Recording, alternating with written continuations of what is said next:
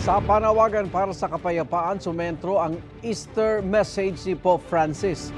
Sa kanyang mensahe, umapila ang Santo Papa na itigil ang giyera ng Israel at Hamas at pakawala na ang mga nalalabing hostage sa Gaza.